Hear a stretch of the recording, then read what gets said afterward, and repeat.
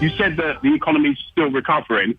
The Labour Party have proposed this week to make sure that black and minority ethnic people get more opportunities in the boardroom, in senior positions, BBC, LBC and other places where we are underrepresented. The police force, another example. What are you going to do as a Lib Dem leader to make sure that happens?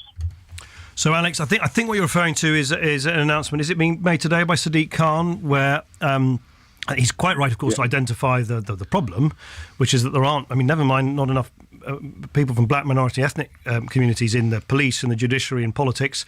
As you know, we've got, and my party's frankly a good example of it as well. We don't have enough women in the top rank of a lot of these careers and professions either. We simply don't have modern Britain reflected in many of our kind of public-facing institutions in the way that we want, whether it's Parliament, whether it's the police, whether it's judiciary, whether it's the media. So Alex, no one, least of all me, is going to somehow deny that's a major issue. Then the question is, what are you going to do about it? As you say, I think I'm right in saying, but I haven't sort of read it in detail, that Sadiq is proposing perhaps an approach of quite sweeping quotas in various vocations and professions.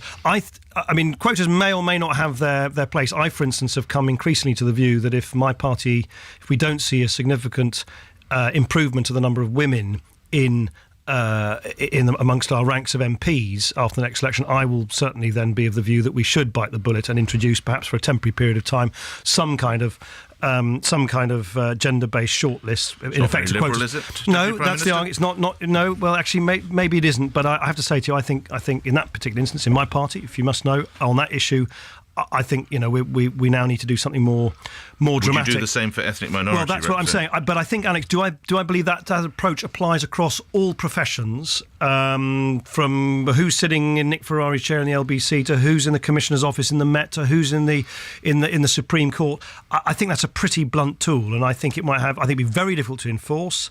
Why do it for women, Deputy Prime Minister, and not perhaps non-whites? Well, I don't think there is a sort of single kind of rule chiselled in stone on this one. If you're asking about what I think as leader of my party about the fact that we don't have enough women sitting on the green benches in the House of Commons, we have done, and this is actually you could argue you don't have enough non-whites. All parties, everybody. And that's the answer to Alex. So if I'm a black kid looking at the House question time, PMQs, it's not representative at all. No, it's not. It's absolutely not. Mind you, I don't think the way that the Commons conducts itself generally is representative of the 21st century, let alone the 19th. But the point I'd like to see black faces. And yeah, absolutely. Now, what we're doing, Alex, in answer to your question, which is both in my party but also in government, is making sure that wherever we can, we give support, financial support, mentoring, open up opportunities to those people who are underrepresented in business, in politics and the civil service. I'll give you two examples. When I came to Whitehall, I was shocked to find that the last Labour government had basically presided over internships in the civil service. These are internships to the taxpayer-funded civil service, which is all about who knew whom. It wasn't about what you knew, it was about who you knew. So I said, this is ridiculous. We must have internships to the civil service, which is not the plaything of any political party, Labour or otherwise, has got to be meritocratic. And now we've got many, many more interns now coming into the civil service. I've got a lot of them passing through my office. They're brilliant, from a whole bunch of sort of diverse backgrounds that otherwise were not represented in Whitehall at all. I'll give you another example. I've got a whole range of, I think, about 150 or more companies to sign up to a business compact, a social mobility business compact, which I've got them to sign up to, where they commit, big accountancy firms, law firms, banks and others, that when they give work experience places and internships, they do that on merit rather than simply on, who knows who. Those are two specific examples, Alex, in response to your specific question about the things that I think really will make a dramatic difference over time.